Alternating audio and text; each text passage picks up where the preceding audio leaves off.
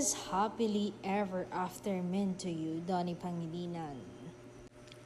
Ayon sa aktor, to be honest, naniniwala ako sa kataga na yan dahil sa parents ko, pero mas naniniwala ako nang dumating sa buhay ko si Bel Mariano.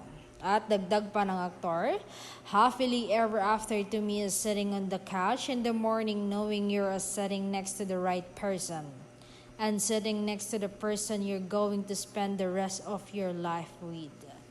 Someone that you never get tired of seeing and always get excited to be around them, to have an understanding of each other and not try to hold each other back from anything in life, to live harmoniously together, not dictate to one another. To me, that's happily ever after.